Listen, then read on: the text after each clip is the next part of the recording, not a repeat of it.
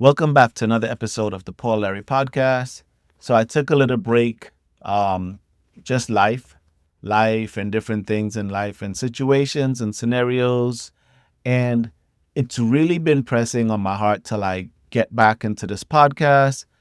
The space that I had in between the last episode, I think was really good.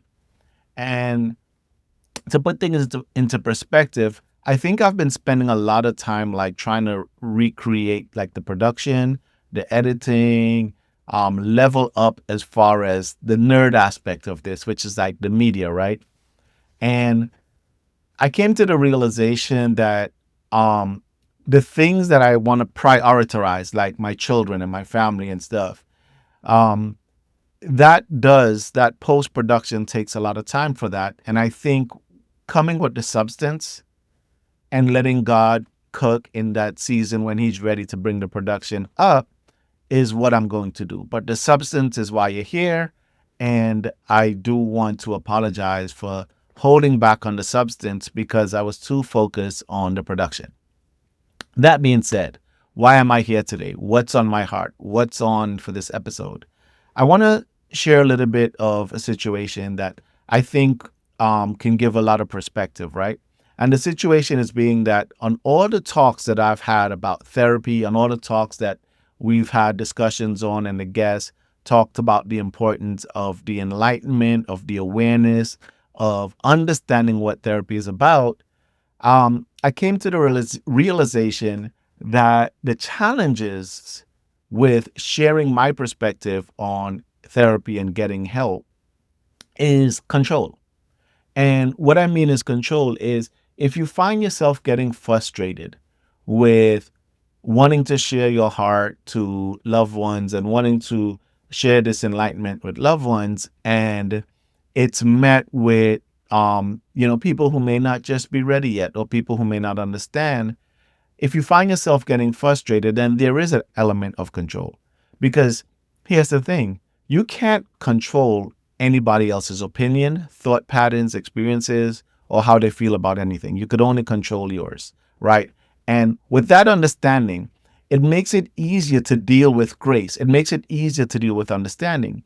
It makes it easier to be patient because a trait of love is patience. It's kind. It's grace, right?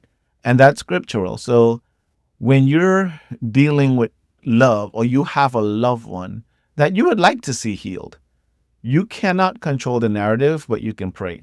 Here's another thing you can do. I believe it's modeling. In other words, you're not going to purposely go out and model because you have an ulterior motive. So I'm going to show them how to live. It doesn't work like that. Because here's the truth. You yourself may not have been totally healed. I'm myself is not totally healed. But by modeling, what I mean by that is focusing solely on you, what you have to do, right? And living that out. And I believe in living that out, then it becomes the modeling. It becomes what people see where they say, oh, okay, I see the difference in such and such person. Here's the thing that I recently learned. I understand that different generations in my belief system are put in place for particular reasons. In other words, I think our generation, we're built and we're equipped to handle the generation below us, right? Because of information. I was talking to someone and they said, well, Paul, there's really nothing new under the sun. And I was like, and they said that's in scripture. And I think they were quoting Solomon. And it's so true. But here's the thing. We live in an age with so much advancement in technology. You may be listening to this and be like, that doesn't make any sense. There's so much things new under the sun. No, what I believe is there's so much discoveries under the sun, right? But it's not new because the heart of man has been the same since the beginning of time, since God created man. Because even when he created us and we were not introduced to sin, we still sinned. So even in the most perfect state and in the most perfect form of humankind, where we didn't even know what sin was, we still sinned. So we're cooked, right? And thankfully for our belief system of Jesus Christ dying and rising from the dead, we have now a new seat with Christ, where with God, because we don't no longer have to worry about doing something to atone for sins, as far as sacrifices and so forth, right? So here's the thing: different generational gaps are placed on this earth for different reasons. My parents did what they did with the information and the experiences they had. I have information about how the mind works and therapy and all these different things that they didn't have, right? So, in my understanding and setting boundaries and whatnot, I still have to treat them with love, care, and respect, understanding that with grace, they did the best they could with the information they had, although they failed. And that's not a bad thing to say that, because I'm a parent and I'm looking at all my failures, and there are a lot daily. Failure, when I say the word failed, failure is not a bad thing. We've all failed. So it's easy. So it's to say they did the best that they could, but they did fail in areas. Let me make sure I make that clear. In areas, if if I say that, that is not dishonoring, nor is it a false statement. It's truth. And I believe in this podcast, in searching for truth, we have to make sure that when we search for truth, we search for truth with love, with grace, and respect. I think once you combine all those things, it's possible to heal. But sometimes truth can be hurtful, or truth can be harsh. And in my own personal failures as a father, one of the things that helped me is the accountability aspect and the dropping the ego and going before my own children and having conversations. As a matter of fact, just recently I had a situation where my kid said something and I reacted in a way that wasn't how I reacted in the past, but my reaction triggered something in my child that caused him to shut down. So although I didn't snap or yell or carry on, just the fact that I got triggered in a way that my nervous system was rattled and I was like antsy and nervous, that triggered something in him from how he was raised, from having a dad that was like, easily triggered and easily like on edge and stressed. And so me recognizing that how I triggered him, I'd have a conversation, because making him aware that, hey, you got triggered because of me, helps him heal from what I've caused, right? So I think what happened is, we in our generation, we have that understanding. But here's the thing that we do wrong, or here's the mistake that we make, those of us who are of a generation that decided to go out and get therapy and get awareness and get some healing in areas, right? We project what we have done for ourselves on our parents. We set boundaries without grace. We set boundaries without understanding. We set boundaries without seeing them for who they are, even in their state of maybe brokenness. You may see an older parent that still is easily triggered. You may see a parent that still is reacting in a way from her own or his own past trauma. And you still have to have grace and understanding, and understand that they're from a generation that will never sit in front of a therapist or a doctor. And you have to be okay with that. And setting boundaries for yourself doesn't have to be like, what we tend to do is we go to that parent and we're like, oh, we're setting boundaries. They don't understand what that means. And all they're hearing is, I reject you. You fail me. All they're hearing is that I need to be away from you. You can set boundaries without saying, I'm setting boundaries, right? You could set boundaries by doing things or saying things like, hey mom, can I call you back? I really need to get to this. We'll discuss this later. Or hey dad, I'll be right back. I need to whatever, right? Just find ways to set the boundaries without throwing it in their face that I'm setting boundaries. And why I say that is because you're projecting a lifestyle that you have took upon yourself. But now you're using that in a way to a parent or an elder or a loved one, in a way that makes them feel like something is wrong with them. Listen, why I say different generations are built to raise, they were built to raise us with the information they had, but we needed the awareness because our kids are being raised in the technology age. We need the awareness because if we're not getting that awareness now, we're cooked because we will not be able to understand how to raise our children. So me going to therapy, yes, it's about my healing. Yes, it's about all of that, but it's for how to be a great dad to my kids who have information that I didn't have at their age, right? And I want to say this to the older generation. If you're listening to this and you may be dealing with children that are going through therapy and they may be saying or doing things that like, you're like, I I don't understand. I didn't need that growing up. And they're projecting their healing on you. I would say to you too, give them grace because they are breaking a generational curse.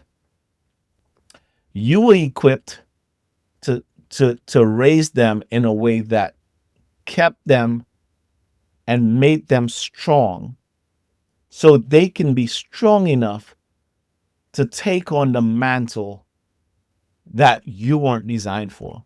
You were designed to raise them strong. They're designed and we're designed to go forward and break the curse so that our children can thrive.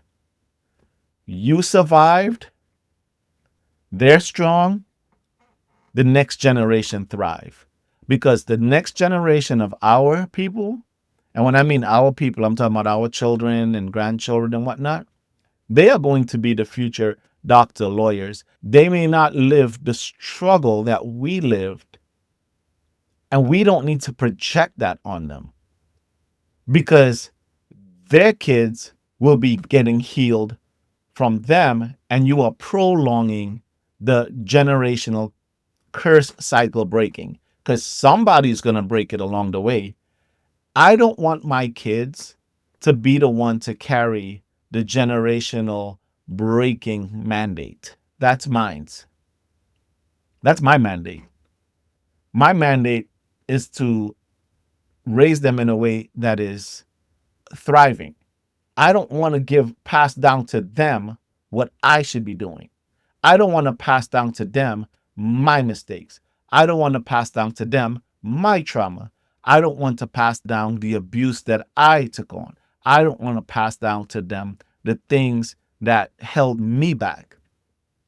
I want to stand up, be brave, face it forward, and do what I need to do so that they live and thrive, and they're not going to be going to therapy for me or for the things that I didn't do, that they had to take on.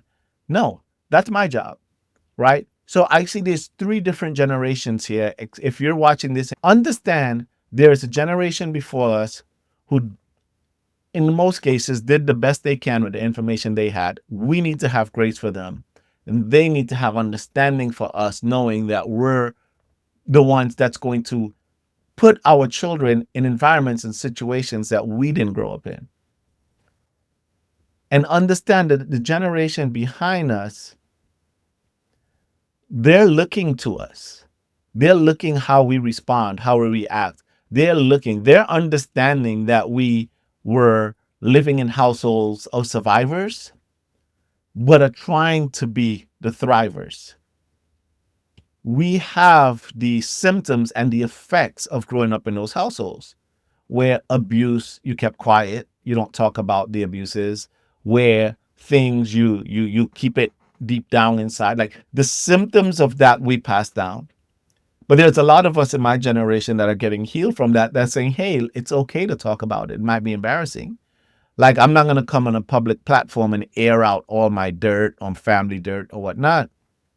But I would say there were things that happened that caused trauma and that caused pain. And just like in most or any family, right? Everybody has dirt. Everyone has stuff. Here's the thing. We have to be understanding towards each other, right? So elders, if your children It's going through therapy, figuring out and getting the awareness of what boundaries look like, people pleasing, narcissism, and they're coming up with all these terms. I would say give them understanding. Don't be offended. You set your boundary for yourself, but give them understanding because they have a mantle of being curse breakers, generational breakers. You survive so that they can thrive. And we are trying to thrive with the effects of growing up in a household that survived. Now follow me now. If that doesn't make sense, a lot of us grew up in households where our parents survived. No one was thriving, right? They worked hard, they put food on the table, right? So the things that we're talking about now that we're getting the mental awareness of, right? It's all there's nothing new under the sun. It's all just new discoveries. Like, so when people knock these things and they're calling it stuff like new age and they're knocking people getting healing and the awareness of therapy, don't knock it. There is nothing new under the sun, but there are discoveries every day.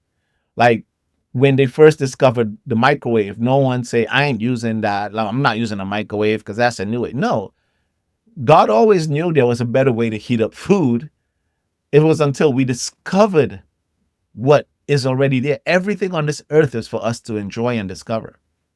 So just because something is newly discovered doesn't mean it's a new concept or new idea to God.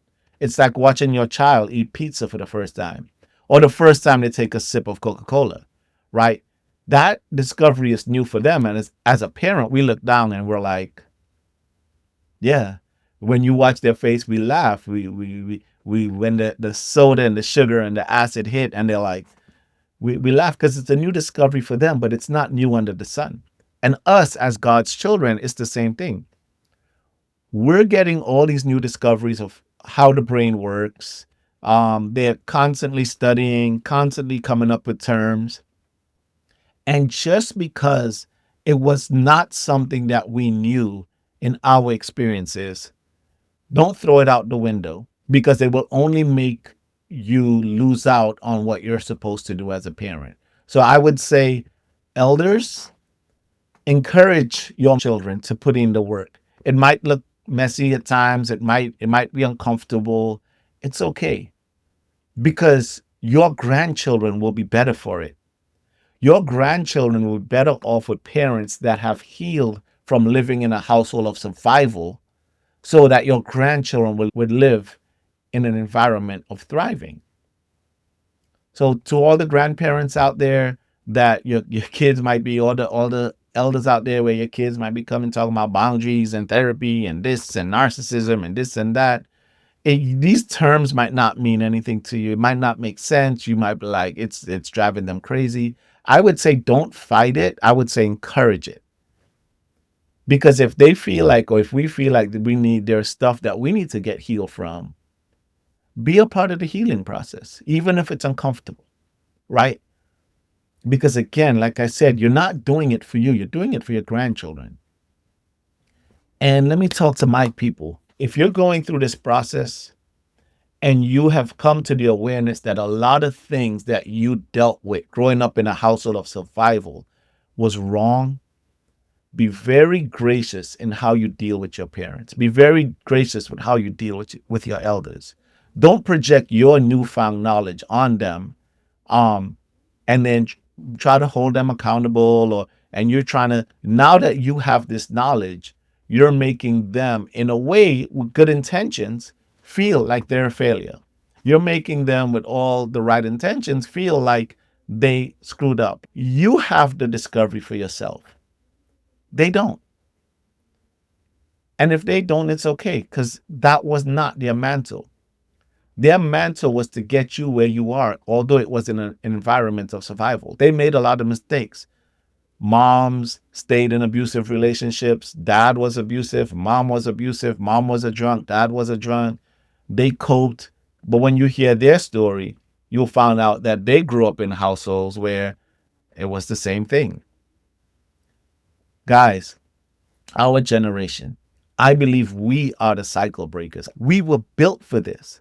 We were built in a way that we grew up in households that survived, but also at the birth of the technology age where we have the information that taught us about all these terms in therapy. So we have the fortitude of growing up in a household that gave us strength and tolerance with the information. We were built to raise the next generation.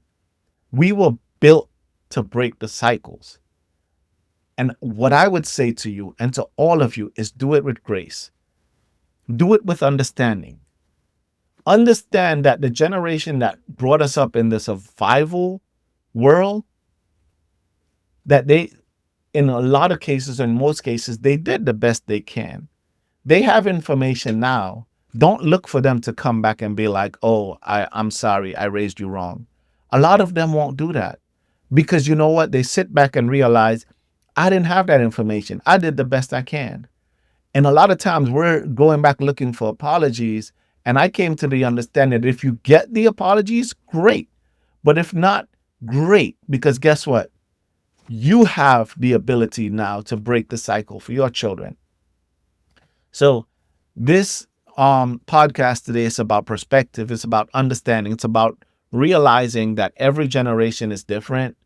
And I, for one, I'm deciding to lead with grace, lead with forgiveness, but also be brave, be bold, and break the cycles for my children.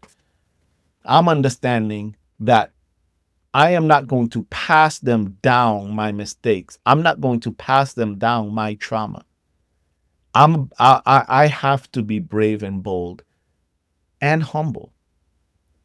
It's not easy to go back to your kids after you unintentionally triggered them because of how you've raised them, because of the neglect, because of the short temperness, because, oh, well, they should understand I was busy. I was working 2 jobs. I was doing this. I was doing that, da, da, da. And the whole story, boo hoo hoo, cry me a river.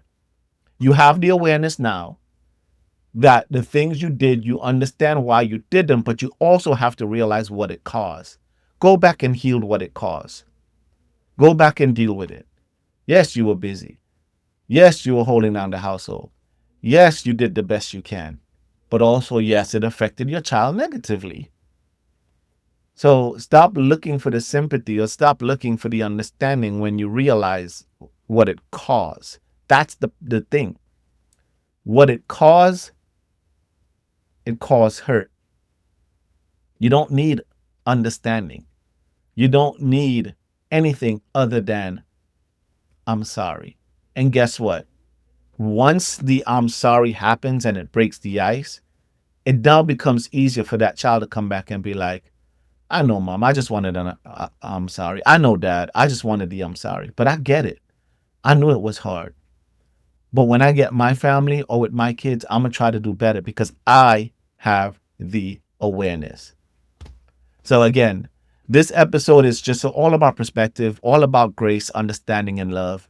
And those of you in my generation, be gracious with your parents, be gracious with the elders. Come from a perspective of understanding first. See them. Once you see the brokenness of yourself, you can see them in their brokenness, right? And you can have grace. The information that you have, they may get the information from you, but they may never have the understanding because they will never get past you don't understand what I did for you. You don't understand the abuse I took for you. You don't understand the sacrifices I made for you. And they are right because it wasn't their mantle to break the generational curse. It was their mantle to raise you because you were designed to break the generational curse. So don't project your and our responsibility on them. Again, ladies and gentlemen, this is the Paul Larry podcast. Forgive me, my whiteboard dropped and fell. I got to put that back up, put some things on there. But it's great getting back out here, getting on the mic. And I'll try to, again, go back to one episode a week. I still have a heart of interviewing guests, having conversations, and that's where we're gonna go. But I want to make sure that I'm out here sharing my thoughts, sharing my mind, and blessing you guys with what I believe is happening in my life right now. Another thing I want to share with you guys, my therapy journey has been on a little pause, but it's going to be starting back soon. Had to work out some stuff with insurance.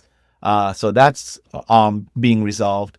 And in this season, I believe it was God led, because God allowed me to go through a season where I had to actually put into practice the things that I learned. And boy, I tell you, I failed so many times. But the cool thing is, when you fail, you have the awareness of the failure. You also have the awareness of what you could have done better. You also have the awareness of how you could have responded and react differently, and also where it came from. Knowing, like, every time you mess up in an area that you are working on, you already knew where that thing came from, the birth of it, where it started, right? Going back to childhood. So every time I mess up, I get stronger. Let me say that again. Every time I mess up, I get stronger. Every time I mess up, I have more grace for myself. And every time I mess up, it doesn't change on what I believe about myself.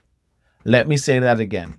Every time I mess up, it doesn't change what I believe about myself. And that's a huge difference, right? On my whole journey on therapy and understanding who I am. Who I am and my identity is not tied into anyone else's opinion. It's not tied into failures. It's not tied into my work. It's not tied into things that happen around me. Who I am is how God sees me. And how God sees me is love, right? So every time I mess up, every time I failed, my identity don't change. I just see it as what I need to do better, what I need to work on, where it come from. But it doesn't change on how I feel about myself. Every time I'm stressed out now, I don't let I try not to.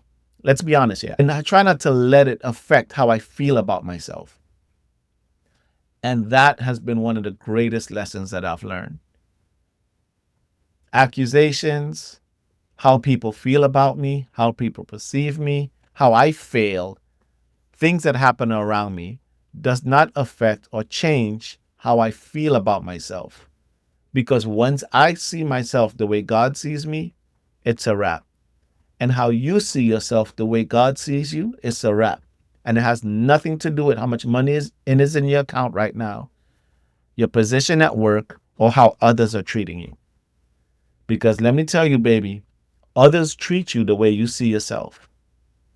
So start seeing yourself the way God sees you and watch everything else fall in line. Again, thank you for watching another episode of the Paul Larry Podcast. See you next time.